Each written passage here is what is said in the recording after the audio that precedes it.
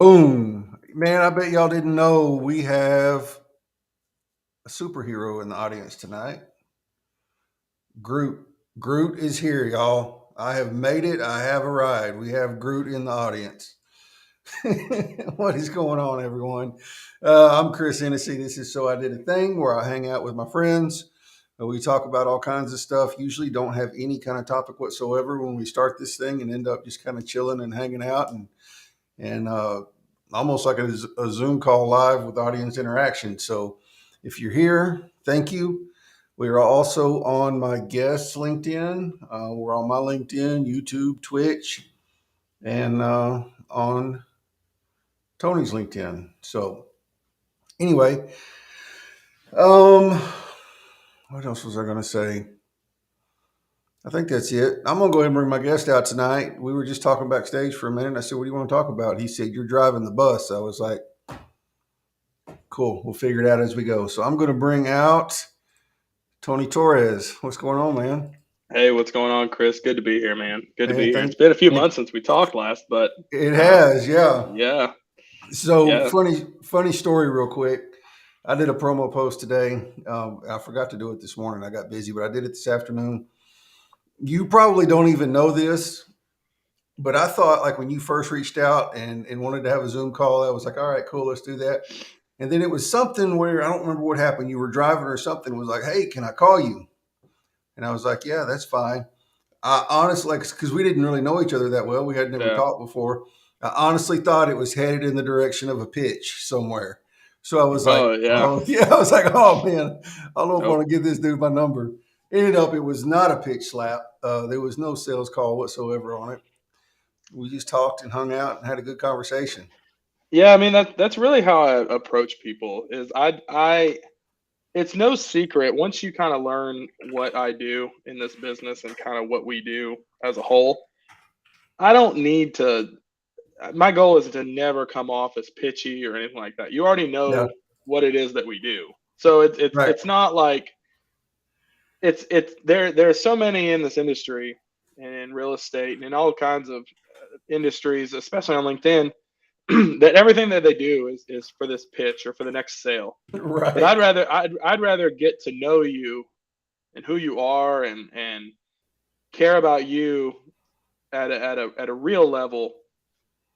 And then if anything comes of it, it comes of it for your benefit and mine mutually. Yeah. It's not for real estate deals to just make happen and try to sell you. And I mean, that's just not how I Right. operate. That's not how I Right. operate. Yeah. I'd rather get to know Chris Hennessy, Yeah. and we'll dive more into this as we go. But I've told people before, if I never see one more real estate deal come to fruition, but I make some really good friends and have a lasting impact, then I've won. Yeah.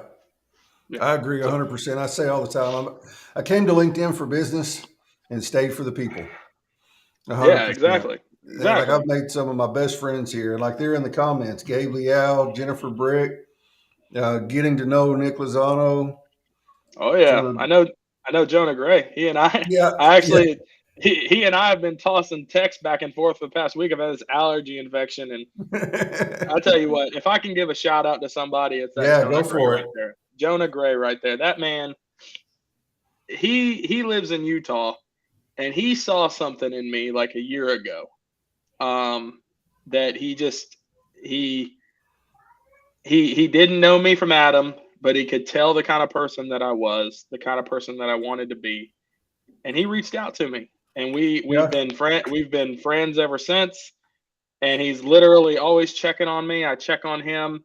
He knows what my business is, but yeah, we take it to the friend level. That he yeah, knows that I'm not about to, like I just told you. It's not about pitching. It's not about sales. It's not about money. It's about relationships. And you do people right. You talk to people right. You treat people right, and you care about them at an intimate level. Everything else takes care of itself yeah, for everybody. yeah. It does, man. And Jonah's watching on your channel. He's paired over there on your side, so that's good. Jonah's a cool dude. Jonah and his Yeah, dad is awesome. His yeah. dad, all those guys at Unicorn Universe, love you, brothers. You guys are all great. I appreciate you. Cool, man. So Yeah. tell us, since we were talking about real estate and deals and all that kind of stuff, tell us what you do, man. Like, Yeah.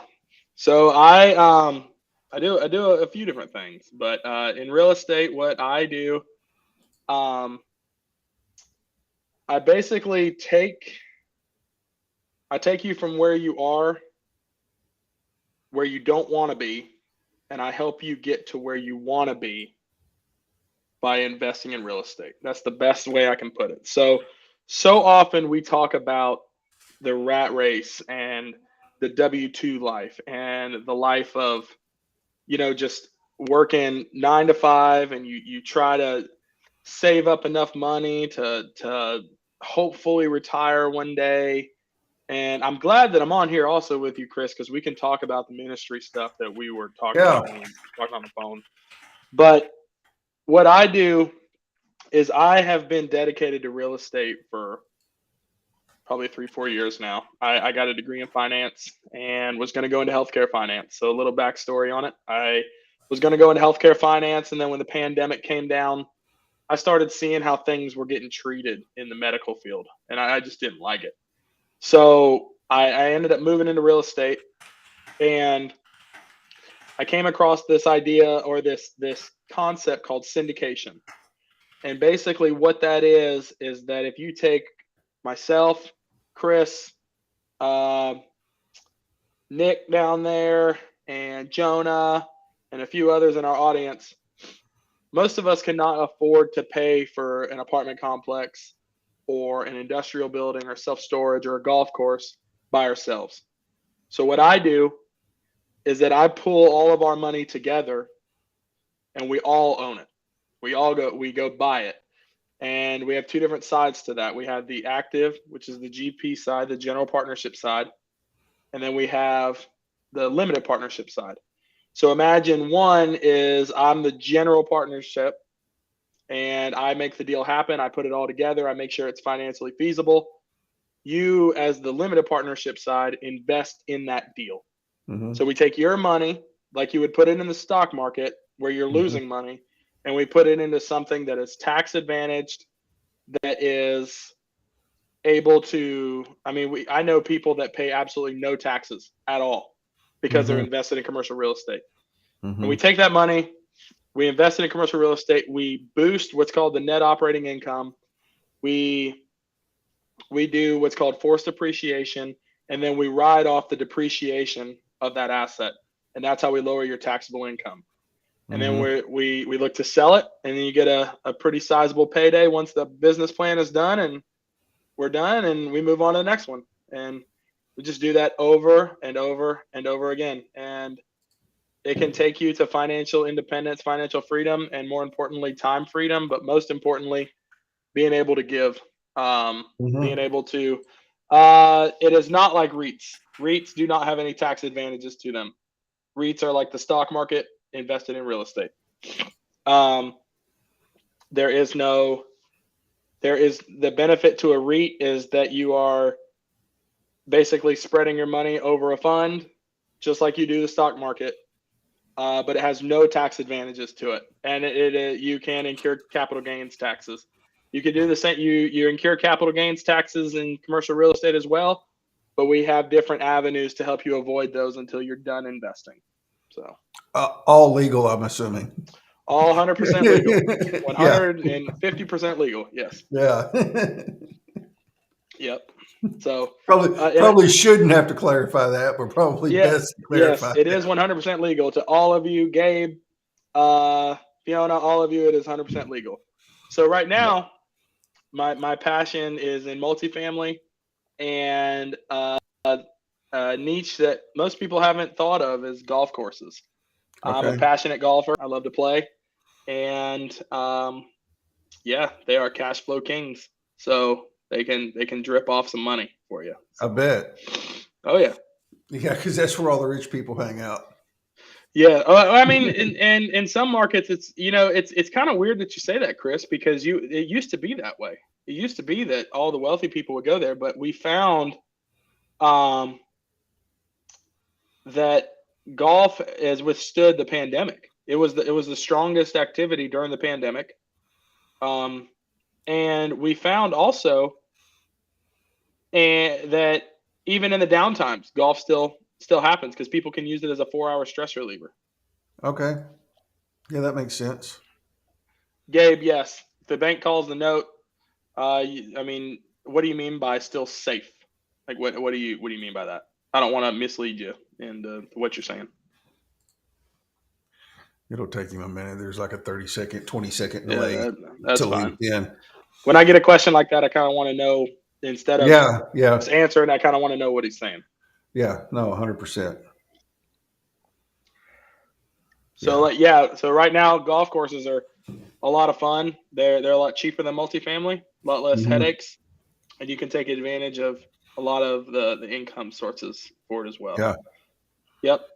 So Cool. that's really what I do. Is my life is pretty much entrenched in real estate and ministry and everything that I can do to make an impact, man. So Yeah, that's I awesome, know that man. that aligns with you. So I know that. Yep, 100%. And we'll move Yeah. into that here in a minute. I want to give Gabe a chance to Yeah. type out what he meant.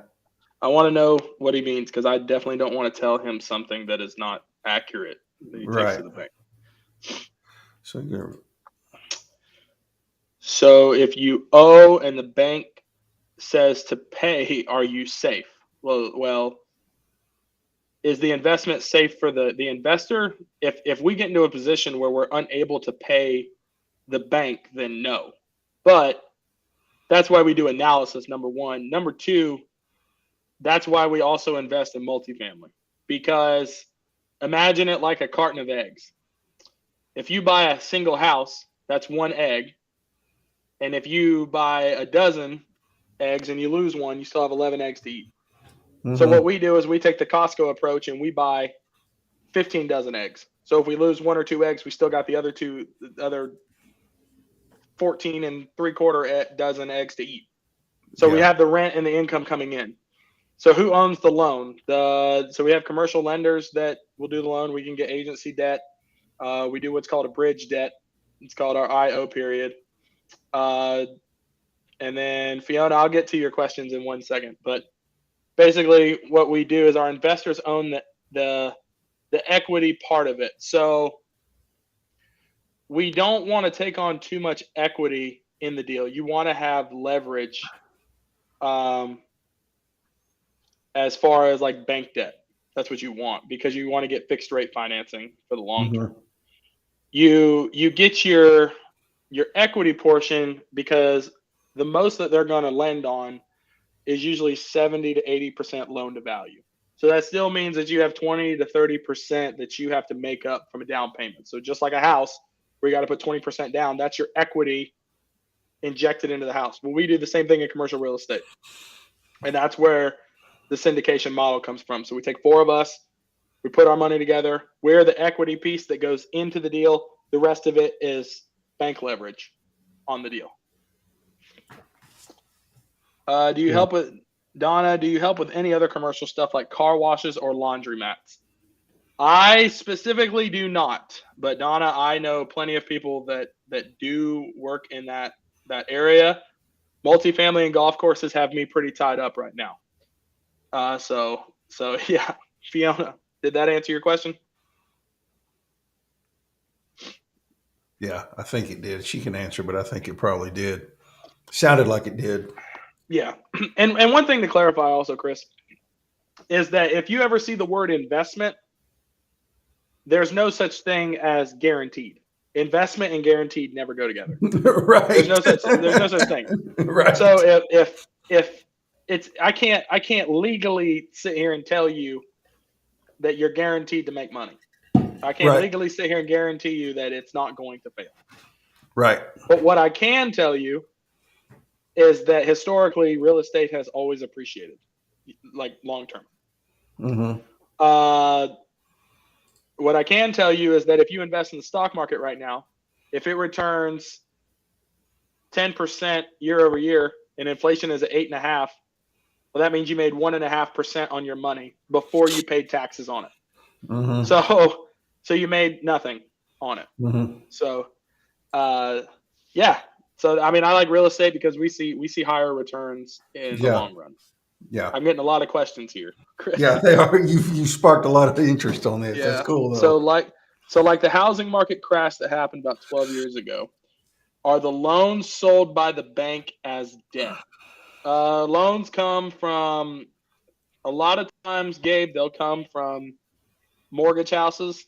Um, I mean, Fannie and Freddie, which is our agency debt. That's typically the lending that we look for. A lot of times because you can get fixed rate debt through them.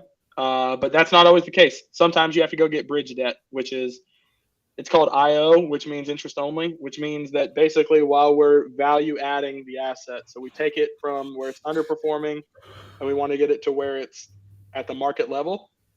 What we're doing in that time period is we're boosting the rents, we're boosting the quality of the asset itself, which is why we call it forced appreciation. So if you have 4 assets in an area, you buy the one that doesn't have stainless steel appliances, but the other 3 have stainless steel. We're going to go put stainless steel in there, and you're going to boost the rents up to that market rent of the other 3 assets. During that time is what our typical IO period is, and we get bridge debt to be able to cover that rehab time. And then typically you would refinance out at a certain point to take advantage of more fixed rate debt, more favorable interest rates, and give equity back to your investors, and they stay in the deal. Now, that said, without getting too complicated, this is where interest rates come in. When interest rates are really, really low, refinancing is a little tougher because you can only go so low before you start having to go up. Mm-hmm. As rates go up, see, the healthy part, in my opinion, is when rates are at 4 to 6%. I like that range because if you get to that, if you're at 6%, I can refinance back down to 4. Mm-hmm. If I have interest rates at 2, the only place I can go is to 1. You see what I'm saying? It's not Mm-hmm. favorable for me to refinance at that point. So Mm-hmm. when you buy assets at a 4 or 5 or 6, you've got some leverage on time there to be able to bank on rates going back down, and you can refinance back into that lower rate fixed term debt. Mm-hmm. That's the goal. That's the goal. And I take Chris, I take Donna, I take Gabe, I give them back their initial capital. We go get another deal while this one's performing, and you invest in that one. And then we just keep it going. And eventually you're making enough money in passive income that if you want to leave your W-2 job or you want to go start your own business, you got the money there, or you want to, I mean, you got passive income that's covering your expenses. That's Yeah. the goal. That's the goal. Right. Where you're really not doing anything. It's just flowing in. Ideally, yeah, ideally, and Yeah. then what you can do is that the coolest part, and this is where I tell everybody why this is such a benefit. So I'm sure a lot of you here own your own house, correct? Can I have some yeses? You own your own house? Yes. Yes. Yes. Okay. Yes. So the things that you can write off in that, you can write off the interest on your mortgage, and you can write off some depreciation on an investment asset. What we do in commercial is we do what's called forced appreciation, and then we have bonus depreciation, which is basically what we do is a cost segregation study, and we take all the depreciation that is dumped on this asset over a 30-year time span, and we put it at the front 5 years of the life of the asset. What that does is that reduces the income earned for investors. So now you're lowering your tax bracket because we've reduced the income by writing off the depreciation on your investment. That's where a lot of the benefit comes from. So, for example, am I able to bring something up here? Yep. You should be able to. The little looks like it's the third icon over. Says share screen. Yes. Yeah. So this is cool. I did the unable to share screen. Basically, what I'm trying to get Unable. to, what I'm trying to get to is, so for example, Hmm. here, it's fine. I can just read it. No worries. So, for example, this is as of 2022. In 2022, say you were married. Your Mm-hmm. taxable income that you made was the both of you put together was between 178,000 and 340,000 together. Your federal tax rate was at 24%. That's before your state taxes if you live in a state tax state. So you live in Texas, Chris, right? Yes. So you don't have to worry about that. I live in South Carolina. I got to worry about that. So that means that my tax rate is close. If we were making that much money, our tax rate would be closer to the 30%. So that means, and the government gets paid first, always. So that means that if you didn't do anything, you didn't invest in commercial real estate, you didn't do anything, you're going to get taxed on the first 30% of your money that you earn. Mm-hmm. So you're out there crushing it. If you're in sales, which I know a lot of people that are, you're out there crushing it every day. You're trying to make sales. You're trying to, just grind and grind and grind, work 80 hours a week. 30% of your money is getting taken out in taxes right off the top. I mean, just straight out the front end. So, and then you're probably spending, if you make that much money, you're probably spending 50, 60K on stuff throughout the year. Well, if you took that 50, 60K and you invested it in a commercial real estate deal, we could lower your tax burden and get that down towards maybe the 12 to 10%. Now, who wouldn't like that? You know what I'm saying? Mm-hmm. Or eliminate it as you have more holdings. Right. That makes sense. I know I'm taking over. Sorry, Chris. No, you're good, man. You're the guest. Yeah. Keep rolling with it. It's interesting. So how do you feel about what a lot of market experts saying that another crash is coming? Gabe, who is a market expert? Is it someone on TV that gets paid to say that, or is it who is it?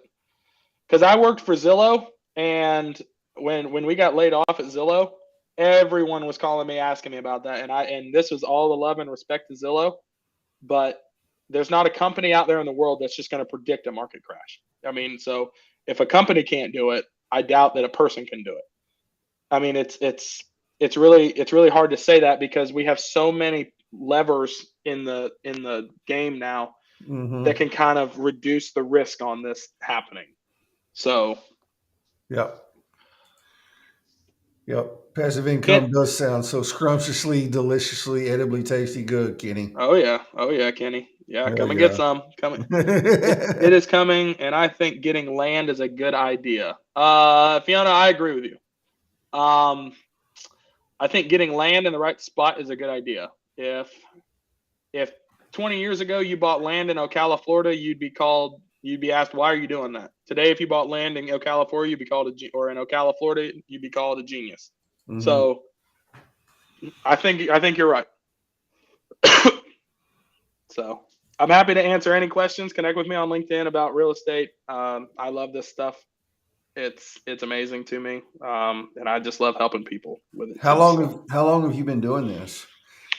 So syndications, about a year and a half, 2 years. I've been in the real estate space for about three. So I was at Zillow. I studied real estate on the back end of my time in college. I went to college late. We'll talk a little bit more about my story here in a minute. But in college, like I told you, I was going to go to healthcare finance, and when the pandemic came down, I was not thrilled with how I was seeing elderly people having to say goodbye to their wives and husbands from outside the hospital, and they've been with them for 60 years. And I just don't think that. I know I've been married for 7, and if my wife was in there with a deadly ailment, I'd take the risk to go give her a hug and a kiss to be able to. Right. Yeah. I'd take the risk. I mean, you were telling these people that, and the bad thing to me was that, I mean, it was just, these people, I literally saw elderly people out there in a lawn chair crying, saying goodbye to their spouses and waving to them. And then they get a bill in the mail. I mean, it's just not, it gave a bad taste in my mouth. That's all it was. So, so Andrew, yes, you're right. Get some land, especially with palm trees on it. I'm down with it. So, right. Because that means I'm by the water. Absolutely. So, yeah, man. All right, Chris. Yeah. What's up, man? Do we want to do and? Yeah. Tell your story, man. My story. Goodness gracious. So I grew up in a broken home. Definitely don't come from perfection. I can tell you that right now. Yeah. Uh, Grew up in a broken home. I never slept in the same bed 2 nights in a row until I was about 17, 18 years old.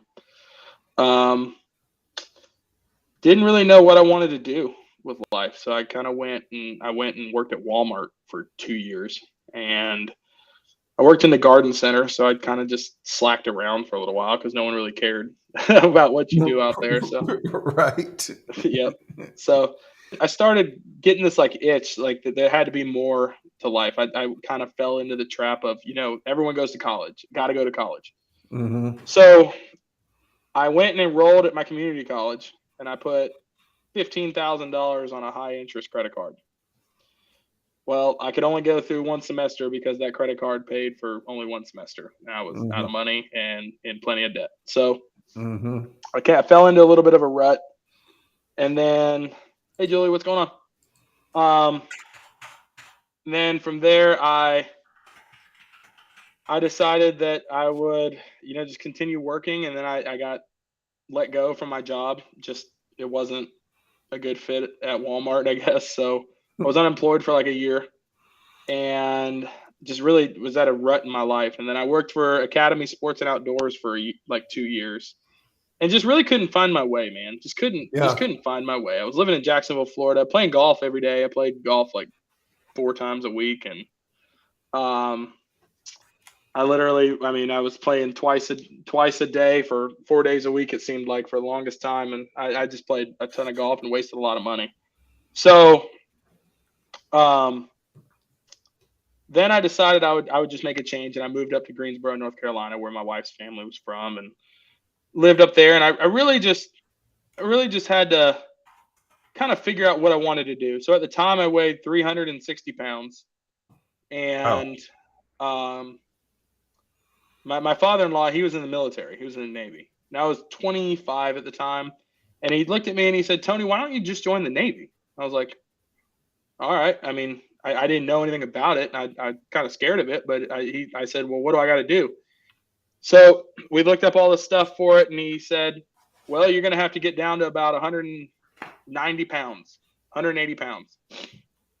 So I was so big at the time that I couldn't make it on the tape measurement because I had all this loose skin and stuff. So I had to make it on weight, and that was the only chance I had. Mm-hmm. So I ran every day. I lost 180 pounds in 8 months. Wow. Uh, yeah. I literally drove my wife nuts. She did an amazing job. I couldn't have done it without her. She literally made sure that no one would touch me so that I wouldn't get hurt. I mean, I wasn't allowed, like, she wouldn't let me. I mean, she even held my arm to walk across the street just so that I wouldn't like trip and roll my ankle or something to get denied. Um, Wow. That's it, awesome. I, I mean, it was next level, dude. And then I literally went an entire month without eating a carb. I ate like 600 calories a day for a month. I mean, it was absolutely incredible. Um, and then I went to go have my final meeting with a recruiter, and I got denied. They told me no. Oh, snap. Yep. So at that point, you're kind of at like, what do you do? What do you do? So I then I kind of sulked in it for one day because I worked really really hard at it. But the next day, I went up to Lynchburg, Virginia, and I enrolled back in college so I could finish my degree. Mm-hmm. Um, so I went to Liberty University. I went to Liberty with a wife, a baby. I played college golf. I had a full time job that I worked 60 hours a week, and I was a member of the finance, accounting, and business club. And I graduated magna cum laude. So I appreciate it, man.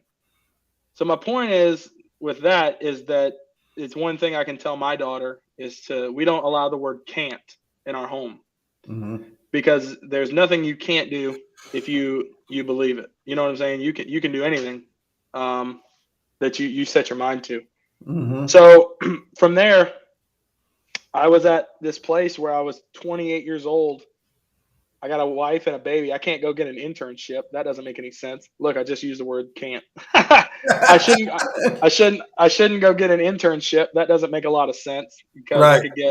I could get laid off in 3 months. Right. So I told myself when I was 8 years old that I was going to live in Dallas, Texas one day. I'm a diehard Dallas Cowboys fan, and Oh. yes, we can still be friends, Chris. Okay. Yeah. I'm not. Let's just not. We'll just not talk about that. I'm a Dallas Cowboys season ticket holder, actually. What? Cowboy, yep, yeah, man. So I moved to Dallas, Texas. I worked for Wells Fargo, worked in just community banking there, real focus on retention, and I was making like $18 an hour. I moved my family to Dallas, Texas for $18 an hour. The clients that I was serving, some of them had 9-figure relationships with the bank. Mhm. So you had me making $18 an hour sitting across the table from people that are worth 100 million or more. That's right, Donna. See, you got good people in here, Chris. So it really wore on me, and that led me to the pandemic. So I went to work for Baylor University at that point. I finished my degree while I was at Baylor. And Baylor was just a beautiful place. Mhm. And there was no growth there for me to be able to grow.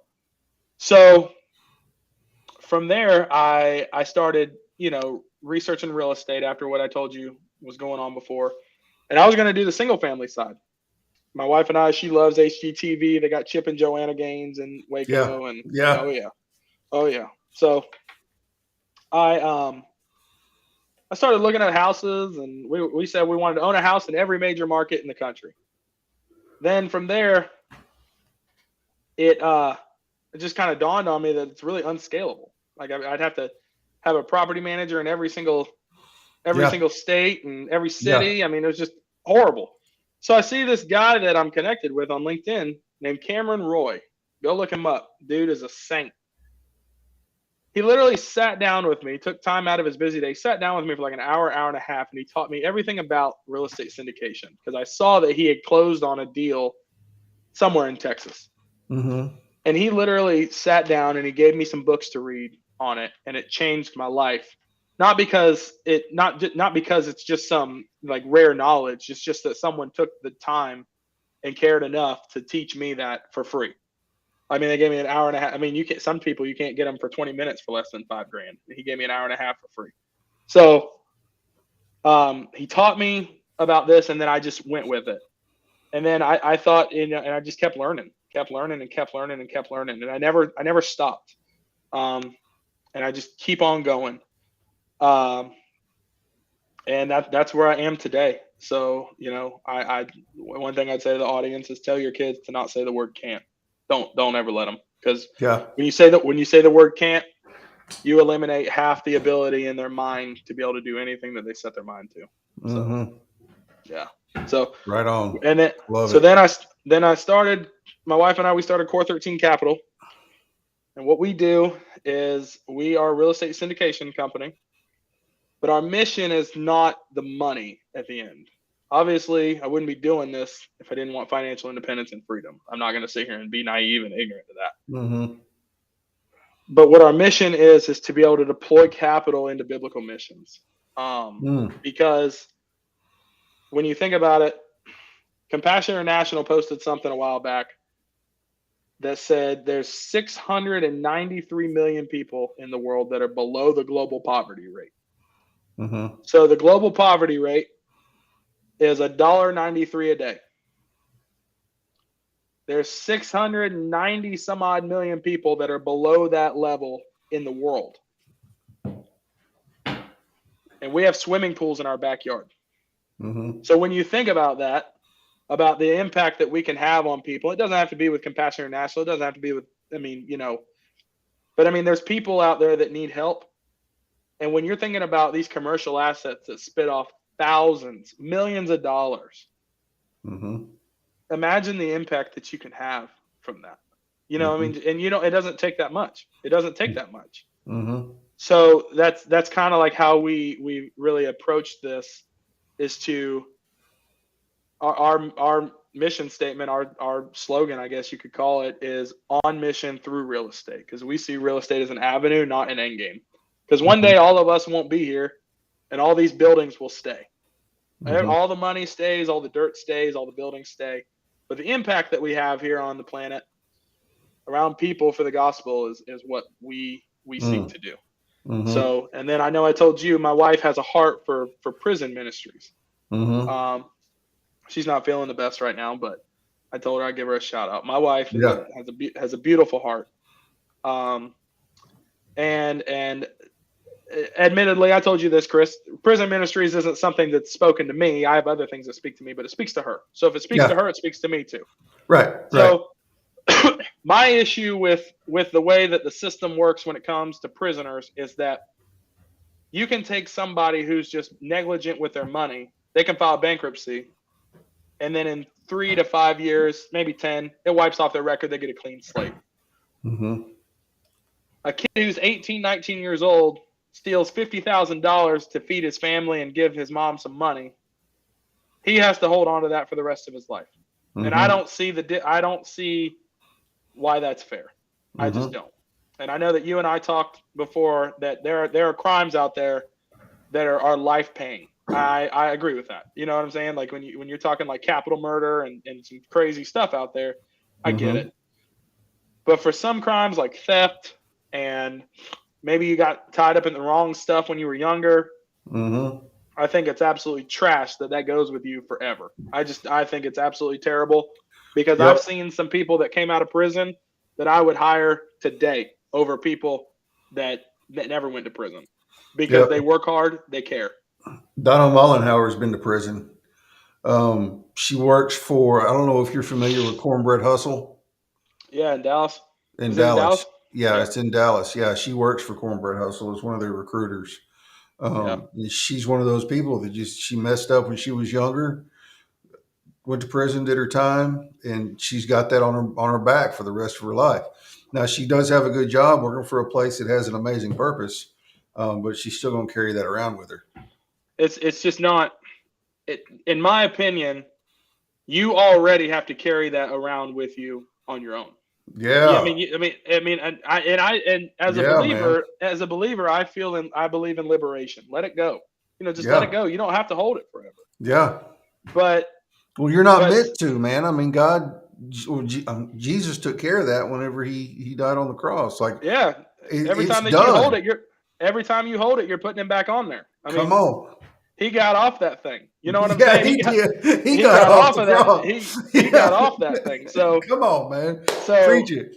my issue with it is and like I said, there's people that commit some very heinous crimes. Very Hmm. heinous. And I think that a life sentence is worth that for some. But for the overwhelming majority, I mean, my wife was watching a show about this boy who was, and I don't really trust a lot of those 1 hour shows. I mean, because Sure. they're Yeah. only, Right. I get, yeah, Right. but, Yeah. Yeah. but when I hear about a kid that's 19 years old that comes from a rough area, comes from a non-privileged background, he gets arrested for selling drugs and he's got to carry that forever. Hmm. I mean, it's like, come on, man. I mean, he did 5 years in prison. If he learned his lesson, I mean, it's Yeah. why should he have Exactly. to hold that forever? It's but Exactly. someone can go file bankruptcy on $1 million and they're in 10 years they're done. It goes away. Why? I mean, I don't. It's just Yeah. not right. It's not right to me. My wife and I Yeah. we've talked about this before. If I owned a business I mean, and not just I'm talking about a skilled business. Like Hmm. if I owned a business that required a great deal of detail and a great deal of thought behind it, prisoners would be or former inmates and I mean we call them felons, but I don't like to use Yeah. that term because it's not you're not a felon, you're free, you know. Yeah. Um, I agree. I always say former felon, even though I'm still on parole. I'm a former felon. That's it not me anymore. You know. yeah, exactly. You ever watch them do? I mean, Chris, you ever watch them do business? They have to Oh my survive on their God, own. man. They are some of the smartest people in the Yeah. world. Hustlers, man. I mean, and why can't they be given a chance? And I've Yeah. always said that. Why can't they be given a chance? You give them you give someone an opportunity, and you stretch out on them, they'll stretch Hmm. for you. Hmm. And I believe that. I truly believe that. Yep, overcomer. Yes, you are, Donna. Donna, preach it. Love it. Yeah. Yeah. So, I mean, that I can get on a soapbox. I think the way our system works when it comes to dragging that around forever is trash. I think it's ridiculous It because is. Trash is the best way to describe it. people, I think you do your time and you get a clean slate. You get a clean Yeah. one, you know? Yeah. So that's my thing, you know. But I could talk about real estate all day. I could talk about that all day. I'm happy to take any questions that anyone has. And Yeah. So is your wife doing any prison ministry right now? so with the pandemic, a lot of the prison ministries aren't letting people in. So Still? yeah, yeah. So the Texas is way, back open. yeah, well, Texas is a really, really conservative state. I Gotcha. live in South Carolina, which is really conservative, but with it's with some liberal undertones. a little bit. Yeah. But so what her calling is right now. Hold on. Excuse me, guys. What her calling is right now is she has a real heart also for those with mental health or like mental health issues. And again, um, that is not an area that I have a direct passion for. But if she does, then I do. And she has a heart for people that suffer from like childhood anxiety. Mm-hmm. Um, I mean, just overall anxiety. It's crippling. You know, I mean, it Mm-hmm. just she was not given a lot of confidence in life. And there's two kinds of people in the world, and I love my wife dearly, but there's two kinds of people. There's people that are not encouraged and given confidence when they're in their upbringing, and they defy it. They say, if I'm not going to get it from them, I'm going to go make it on my own. Mm-hmm. And she always gives me the credit that that's me because I didn't come from a loving home, I didn't come from a loving family or anything like that. But I Mm-hmm. just figured out that if I'm gonna go do something, I can't just sit around and let it come to me. I got to go do it, you know. So, Yeah. um, but anxiety really affected her. So she's got a real heart for that, and it's beautiful. It's really amazing the things that she wants to do for people. Mm-hmm. Um, so we're trying to find something in our church community that can allow her to get into that. So, Yeah. uh, yeah, but That's awesome. I'd love to do a prison ministry. Um, Zach Williams, who's one of my favorite Oh Christian yeah. artists, he does one. He does a concert. Have you seen that? Yeah, I've seen it. I've seen. Oh, I saw. Yeah, I didn't see it all in one. I saw the different videos, made out of that Yeah, concert. But it's bad for real. yeah. I mean, he went through all the protocol to be able to go into that prison. He went through everything to get all this stuff in there, and he did that concert for free. He didn't even Yeah. charge like the system or anyone, or he didn't nothing. He went in there and he had praise and worship with these inmates, and I thought it's probably the best concert I've ever seen. It was good, man. Man, it's awesome. So, uh, yeah. Who else we got in here? I don't know who LinkedIn user is. That is Eric the Recruiter. Eric, the recruiter. I know that guy. Yeah. Yeah. That's him. Yeah. Jamal, what's going on, man? How Yeah, are you? Jamal Marshall, he's another believer too, man. Amen. Amen. He missed the church. We had church there for a minute. Oh yeah. Oh yeah. But that's literally Tony in a nutshell. I mean, I would Cool, love to man. connect with each and every one of you. If real estate is your calling or a place that you want to be, that's where I am. Is providing opportunities for people to be able to create a life outside of their W-2 job. And the good thing about real estate is that it does not care if you have a record because Very true. you are not signing on that loan even if it's a financial thing. You know what I'm saying? You Yeah. just invest. That's it. Yeah. It doesn't care. So it you invest and we help you create a better life and we go have an impact at the same time. That's what we do. That's pretty cool. Yeah, I didn't think about that, but that's awesome. Yep. I know a few people that have had a past, but they've made it in real estate. They've been Yeah. able to do something in real estate because they just that's an avenue that's really history agnostic. You can go from anywhere and have Yeah. your life changed in like 2 years. Yeah. Yeah. So, uh, Cool. yeah, Chris, I could go on forever, man. I could go on forever. Tell me a little bit. Tell me a little bit about your story, man. Man, I grew up. I grew up in a Christian home. It was really strict. Moved out of the house when I was 19. Kind of went a little buck wild. Started partying. Drinking, doing all that kind of stuff. Uh, got in trouble. Started using drugs. Went to prison for almost 8.5 years.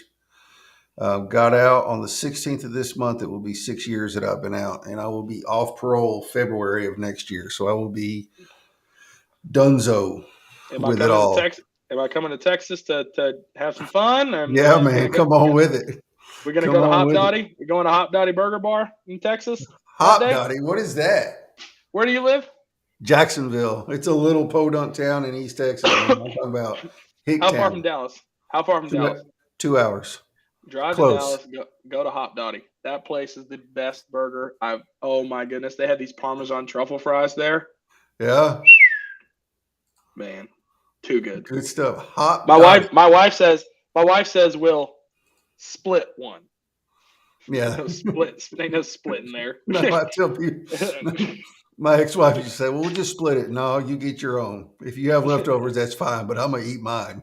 Oh no, we get one. We get one, but it's no Yeah, splitting. It's yeah. it's it's it's we split the table. These are my fries. Yeah. Yeah, Hop Dottie's really good. They have one in they have one in they have a couple in Austin, some in Dallas, they have a few in Dallas. I'm also a big coffee fanatic. Okay. So yeah. So Yeah, I like coffee. I like it yeah. hot, strong, and black. I will drink. I will drink a latte every once in a while, and I like a pumpkin spice latte in the fall. Like I don't know why. Like there's just something about it I like. But Yeah, it's yeah, good. right, Jamal. Down for Monday church. Jamal, we connecting? Are we connecting, brother? Yeah, y'all need to connect I for think so. real. We need Thanks, we need Eric. I to appreciate it, man. Yeah, so I'll be off parole in February. God's really blessed me since I've been out too, man. Like I got this job at this company. You're okay. There you are. You were frozen for a minute. Um, about 6 months after I got Yep. out, went to work in the back in the warehouse, checking in computers. Kind of moved around to different spots back there, learning all the parts of the check-in and the audit and the shipping and production and all that. They moved me up here to the front in the office in the sales position. Kind of did that for a couple of years. Still in the sales position, but more of a uh, management role now. And then recently started remote producing live streams for other people. And Love it. hopefully by the beginning of the year, that'll be my full time gig. That's the goal. Yeah. Where I can quit doing this and just work for myself. Yep. That's it, man. That's the goal. That's the goal, Yeah, isn't it? I mean, yeah, that is the goal. I got allergies, folks. I'm sorry. No, You'll you're do it, man. good, man. You'll do it, man. Tell yourself Yeah, will. Don't ever give yourself any doubt on it. You will. yeah. No, I believe I would. It was daunting at first. Like in January, I set the goal uh, in a year be doing this full time, and I was really doubting it at first. But all I need, and I just keep saying it to everybody, just because so I can hear it. All I need is 5 monthly customers, and I'll be making more than what I Yep. make at this job.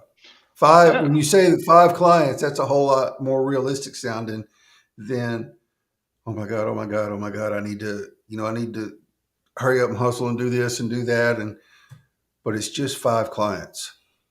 Yeah. I mean, It's a whole lot more to me. It does something. It clicks something in my head. yeah. You I mean, know. that's it, man. And I think that if that's what you want, then sometimes I truly believe that you a lot of times you need someone around you that believes in you more than you believe in yourself. Mm-hmm. You know, that's how sports teams succeed. That's how golfers succeed is they got a Mm-hmm. caddy and a coach that believes in them more than they believe in Mm-hmm. themselves. Mm-hmm. And when you I think of like Tiger Woods. He's my favorite athlete. Um, Obviously, don't agree with his entire history, but everyone's got one, and Right, he's paid his time. He's paid his time. right, right. So, but Tiger is he's the quintessential um, overcomer. Mm-hmm. I mean he's been through a horrible divorce, horrible. He literally got in a car wreck. He's had like 5 back surgeries, 2 knee surgeries, a leg reconstruction, and he's out there walking the Masters on one leg. And he made the cut, and he played well for one day. Mm-hmm. I mean, if there's anybody that doesn't believe in the word can't, it's that guy. I Right. mean, so it's I don't really look up to anyone, but I look to people for inspiration. Mm-hmm. And to see people like yourself, Chris, overcome the things that you've done, it's inspiring, man. You just keep doing it, man. And Yeah. you got a cheerleader, you got a fan on this side right I here. appreciate it. Yeah. You're right. I never thought about it like that before, but you're absolutely right. You got to have people that believe in you more than you believe in yourself. I Absolutely. You love got that. what are you going to do Love on it. what are you going to do on those days that I mean, because we all are human. We all have those days that we just Yeah. don't. When the We're doubt just not. when the We're doubt just. starts creeping in, you start wondering, man, how the heck Yep. am I going to do this? You got to have that person, and then you got to be that person. Sometimes you got to be that person that comes to Tony and he says, "Tony, you got this, man. Don't let a no get in the get in the way of what you're Mm-hmm. trying to do. Just keep on going and be that for other people. And Yeah. another thing that I've learned. And this came after the military and just growing up was I heard the word no a lot. I mean a lot Mm-hmm. in really pinnacle moments in my life. Like I was told no by the Navy. I was told no for plenty of career choices that I wanted to do. I've been told no to jobs. I've been told no to I mean just a lot of things. I mean really pinnacle things in your life. And I started realizing that what the human body, what we tend to do is we tend to see yes as an affirmation and no as an emotion. We tend to Mm-hmm. see yes as an affirmation Mm-hmm. and no as an emotion when Mm-hmm. both of them are just an answer. And if we Mm-hmm. can realize that they're just an answer, it's kind of like in prayer. Like we feel that when when God says yes, he heard us. But when he says Right. no, he didn't hear us. Right. You know what I'm No is saying? It's also an answer, right? no is an answer. I mean, Right. it's just sometimes you're not supposed to open that door. That's not your door, and Yeah. I struggle with that. That is an area that I struggle with really badly because I mean I would see people that were my age and they're millionaires, they're living the life that I wanted to live, or Yeah. they successful, and sometimes I have to just sit here and tell myself, this is my lane, this is my Yeah. track, and you know if I'm 10 years late to my own table, well, then I'm on time Yeah. because it's my table. So Yeah. that's the kind of the way that I have to reel myself in and keep telling myself that yes is an answer and no is an answer. Yeah. Right. So I don't Oh know if man. any of y'all I don't know if any of y'all saw it yesterday. Speaking of LinkedIn Church, I was not in church yesterday because I was out of town. I went down to the coast on a fishing trip, and I set up I use my Restream account to stream the church service on Facebook, Yep. on the church's Facebook page. So I have it's all set up. Thursday, when I found out I was going out of town, I set up the event. So all the guy running it had to do was go in there like he always does.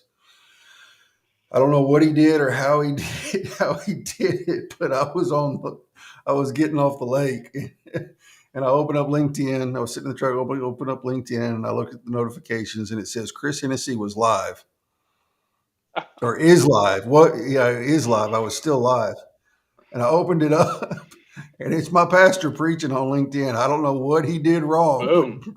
I was my church was on LinkedIn yesterday. That's awesome. That's awesome. Yeah, right. Hey, you know, I have a duel going on with one of my connections, Paul Johnson. He he's a big golfer too, and he's he might be better than me. I'm not gonna say that, even though Yeah, he's right. shot better than me the other day. But I'm not gonna be on LinkedIn Live telling him that he's better than me because he's not. He's not. You're not, Paul. You're not. Uh, but we talked about playing each other and putting it on LinkedIn Live just to have some fun and put it out there just to Yeah, for people to watch. And yeah, I kind of want to prank him a little bit on it and yeah. mess him up a little bit, just have some fun. Yeah, He's a man. good dude. He just we like to have a little Yeah, fun in the comments and stuff. Yeah, yeah. He's that'd wanting be to get into real funny. estate as well. So oh yeah, it'd be fun. So but Yeah. yeah, man. Man, it's been so good to be here with you and Yeah, dude, fi- I've enjoyed this. It's been a blast. finally after 5 months or whatnot, we finally Yeah, got I here. know. Yeah, it So was. We talked about this months ago, right when you were in the middle of moving, I think. it was before I was moving. I had just said that we were gonna move, and then I had to wait like Okay. 60 days. So I called. We got on the phone from what you thought was a sales pitch and being Yeah. a conversation. Yeah. Um, it's yeah. And then we you told me that you don't have any dates till May, and I said, well, pencil me down. I'll be there. And Yeah. here we are. Right on, Here we are. man. We got to do another one of these. This is We fun. need to. Yeah. Yeah. So Let's see. Who do I have next week? Let's do some promo for next week real quick. Next Monday, I have DJ Durante, another streamer. I'm going to start doing a series once a month where I bring another streamer on the show and just talk about streaming, how it started for us, where it's going, and just how beneficial it's been to our lives and our business. So DJ is another remote producer. She's awesome. So she's going to be on with me next Monday. Next Wednesday at 7 Central for Ending the Stigma, Desi Bruce is going to be on. Desi is a friend of Donna's that works for Cornbread Hustle. She has an amazing story. She's been out, I don't know how long she's been out, um, but it was just within the past month or two, she was finally able to move out of a hotel. She couldn't find housing because of her record. So she's been living in a hotel for a couple, 3 years now, I think. So she just bought a house last month or the month before. So she's going to be on to tell her story next next Wednesday. So I'm looking forward to that. That's going to be a good one awesome. for I'm sure. excited. I'm excited to watch. I'm excited to watch. Yeah, That'll be it'll a be lot of good. fun. It will. But We love those success stories like that. I love it. I love to see it. Mm-hmm. Anyone in the chat, go connect with me. I'd be happy, be thrilled to jump on a Yep. call with you, help you in any way I can. Whether it's about real estate, ministry, anything, I'm happy to help you get in the right direction and go where you want to go. Awesome. Cool. Tony, I appreciate you being here, man. This was fun. I enjoyed every minute of it. Absolutely, man. It's a blessing, and I am excited for the next one, buddy. It's great seeing you. Yep. All right, y'all. Everybody in the comments, thank y'all for showing up. I say it all the time. Y'all are why I do this. Part of the reason why I do this. I love all the interaction and the engagement and getting to hang out with y'all for an hour a week. So thank y'all so much for showing up and supporting. And we will see y'all next Monday. See ya. Oh, man. Hang on just a second. More comments. All right, look, man.